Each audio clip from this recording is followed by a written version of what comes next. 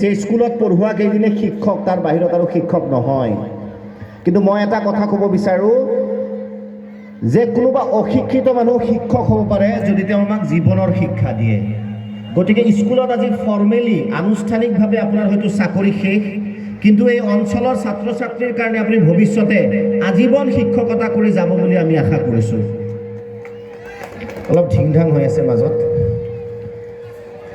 শিক্ষক কিয় লাগে শিক্ষক কিয় লাগে আপোনালোকে কেতিয়াবা ভাবি চাইছেনে শিক্ষক কিয় লাগে শিক্ষক নহ'লেতো কিতাপ মানুহ চলি যায় মানুহটো নমৰে শিক্ষক নহ'লেও শিক্ষক কিয় লাগে সেই বিষয়ে মই কোৱাৰ আগতে আপোনালোকক মই ক'ব বিচাৰিছোঁ পবিত্ৰ কুৰাণ শৰীফত পয়গম্বৰ মুহাম্মদ সাল্লাল্লাহু আলাইহি ওয়াসাল্লামে কি কৈছিল যে শিক্ষক কিয় লাগে পয়গম্বৰে কৈছিল যে যেতিয়াই মানুহ সঁচাটো পাহৰি যায় যেতিয়াই মানুহ সঁচা কথা পাহৰি যায় যেতিয়াই মানুহ ন্যায় কথাটো পাহৰি যায় সেই কথাটো মনত পেলাবৰ কাৰণে সেই সঁচা কথাটো মনত পেলাবৰ কাৰণে আমাক শিক্ষক লাগে যাতে সমাজে সঁচা কথাটো কেতিয়াও পাহৰি নাযায়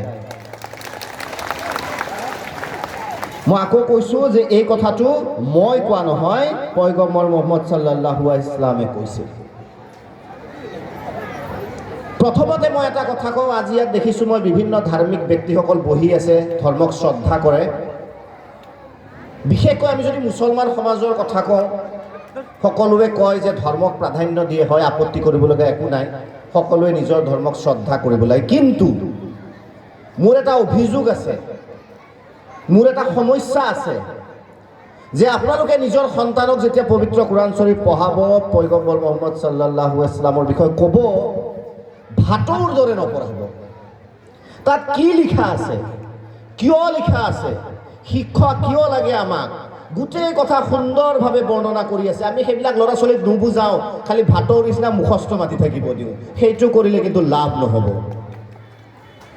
মই কৈছোঁ যে পবিত্ৰ কুৰাণ শৰীফৰ প্ৰতিটো শব্দত মই নিজে পঢ়িছোঁ 2-3 বাৰ পবিত্ৰ গীতাত যেনেকৈ জীৱনৰ প্ৰতিটো কথাৰ ব্যাখ্যা দিয়া আছে তাতেও প্ৰতিটো কথাৰ ব্যাখ্যা দিয়া আছে শিক্ষা কিয় লাগে মানুহৰ লগত মানুহৰ সম্প্ৰীতি কিয় লাগে মানুহ হত্যা মহাপাপ বিনা কাৰণত মানুহ হত্যা কৰাটো সমগ্ৰ মানৱতাক হত্যা কৰা বুলি লিখা আছে আপোনালোকে হয়তো জানে এই কথাটো কিন্তু তাৰ অৰ্থ যদি বুজি নাপাওঁ আমি ভাটৌৰ নিচিনা যি লিখা আছে তাকে পঢ়ি থাকোঁ বুজি নাপাওঁ অলপ পিছত আন মানুহক যাই কিনে অন্যায় কৰোঁ মিছা কথা কওঁ মানুহৰ লগত কাজিয়াত লিপ্ত হওঁ তেনেকৈ কুৰাণ শৰীফ পঢ়াৰ পিছত আল্লাহ তাআলা কেতিয়াও খুচ নহয় মই লিখি দি ক'ব পাৰোঁ আপোনালোকক সেইকাৰণে আজি মই ইয়াত অনুৰোধ জনাব বিচাৰিছোঁ যিসকলে এনেধৰণৰ ধৰ্মীয় পাঠ কৰে নিজৰ ল'ৰা ছোৱালীক বুজাই দিব অসমীয়াত যে ইয়াৰ অৰ্থ কি কিয় কোৱা হৈছে এইটো কথাটো নক'লেও হ'ল হয় আৰু তেতিয়াই যেতিয়া ক'ব তেতিয়া ইয়াৰ পৰা 2জন ডাক্তৰ নহয় শ ডাক্তৰ ওলাব মই চিয়'ৰ আজি আপোনালোকক ক'ব পাৰোঁ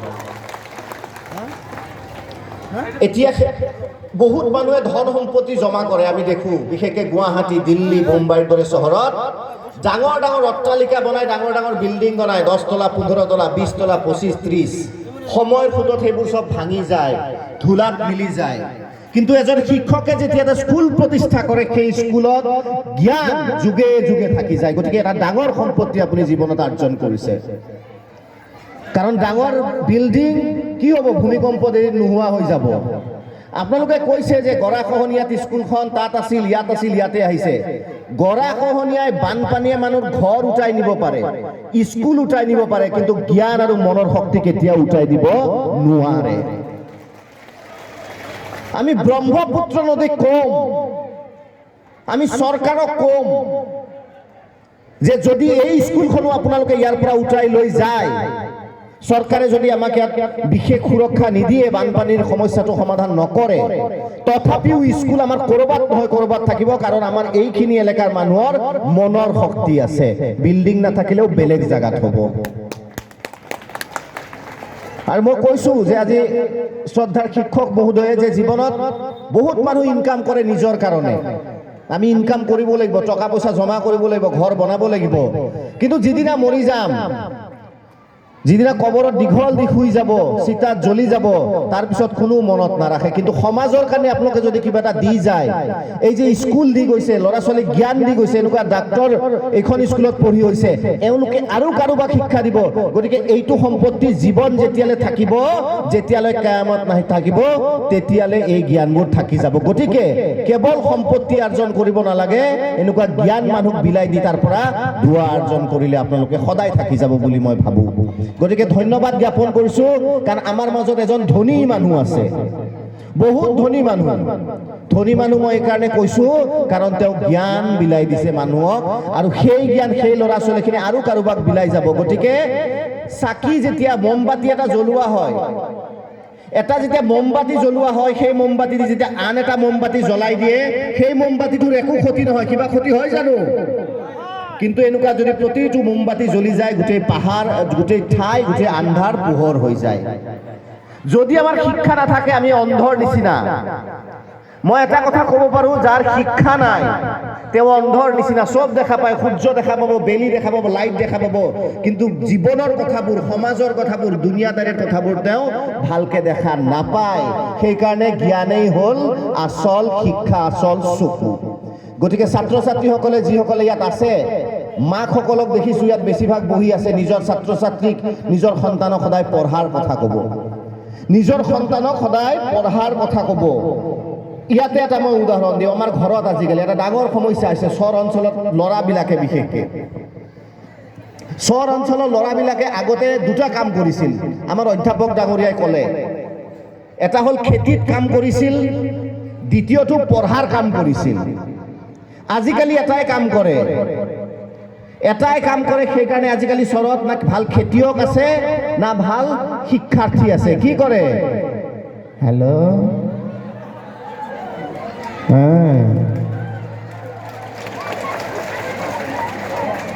আৰু কি কৰে? এনেকে বিউটি মুডত। সেইবাবে মই কৈছোঁ, সেই ল'ৰাটো তেতিয়া পথাৰত নিজৰ দেউতাৰ লগত যাব নিবিচাৰে। যাব বিচাৰে জানো? তই যা, মই ফটো ক্লিক কৰি। সেই ল'ৰা পঢ়াত মন নবহে, কাৰণ দুনিয়াখন ভাবে যে পঢ়ি শুনি লাভ নাই, হেল্ল' বুলি ক'লে লাভ আছে। কিন্তু মই আজি আপোনালোকক কওঁ, যদি বিজ্ঞানৰ অগ্ৰগতিৰ সময়ত মানুহ চন্দ্ৰত গৈছে, মংগল গ্ৰহত ইয়াৰ পৰা যান পঠাইছে, সেইটো সময়ত যদি আপোনালোকে পঢ়া পাতি এতিয়াও নকৰে, তেনেহ'লে আপোনালোকৰ নিচিনা দুৰ্ভগীয়া পৃথিৱীত কোনো নাথাকিব, আৰু সদায় সমাজে লেই চেই কৰি থাকিব। গতিকে মানুহৰ গালি খাব নে এখন চকী, যেনেকৈ ক'লে যে কলম ঘূৰাই খাব, সিদ্ধান্তটো আপোনালোকে ল'ব। যদি কলম ঘূৰাই চাহাবৰ নিচিনা খাব বিচাৰিছে, তেনেহ'লে এইটো হাই হেল্লটো অলপ দিন বাদ দিব লাগিব। মই জানো বহুতেই খেতি বিক্ৰী কৰি প্ৰথম কাম দাবী কৰে ঘৰত, হয়নে নহয় মোক ক'ব, নহ'লে নহয় বুলি ক'ব যে আব্বা বা দেউতা, মোক মোবাইল এটা কিন্তু এবাৰ লাগিবই। সেইটো নকৰিব, পাপ লাগিব। পাপ এইকাৰণে লাগিব, কাৰণ যিজন দেউতাই 2 মাহ 3 মাহ ৰ'দ বৰষুণ পানী বানপানীৰ মাজত খেতি কৰি মাছ মাৰি পইচা আনি জমা কৰি ইনকাম কৰে, সেই পইচাটো আপোনাৰ শিক্ষাত ব্যৱহাৰ কৰাৰ লগতে আপুনি যদি এটা 15,000 টকীয়া মোবাইল যদি কিনি আপুনি চকত বহি কিনে লেবেল দিয়ে, সেই লেবেলৰ কাম নাই, আছে জানো? সেইকাৰণে ল'ৰাখিনিয়ে দুটা কাম কৰিব লাগিব আজিৰ পৰা এই অঞ্চলত। এটা হ'ল পঢ়া শুনা, আৰু এটা হ'ল খেতি বাতি। এইটো এটা ভুল ধাৰণা যে পঢ়া ল'ৰাই কাম নকৰে। ভাল ল'ৰাই পঢ়িব লগতে আৰু সি ভালকে কামো কৰিব। গতিকে এনেকুৱা ধৰণৰ কাম যাতে আপোনালোকে আগবাঢ়ি যায়। আৰু এইটোৰ যিটো এডিকশ্যন মই দেখা পাওঁ, মই জানো যে বহুত ল'ৰা ছোৱালীয়ে মাক দেউতাকে পঢ়াব বিচাৰে, বিশেষকৈ ল'ৰা 6-7ত পঢ়ি গুৱাহাটী পলাই যায়, কামলা কাম কৰে। কৰে নকৰে? ধন্যবাদ।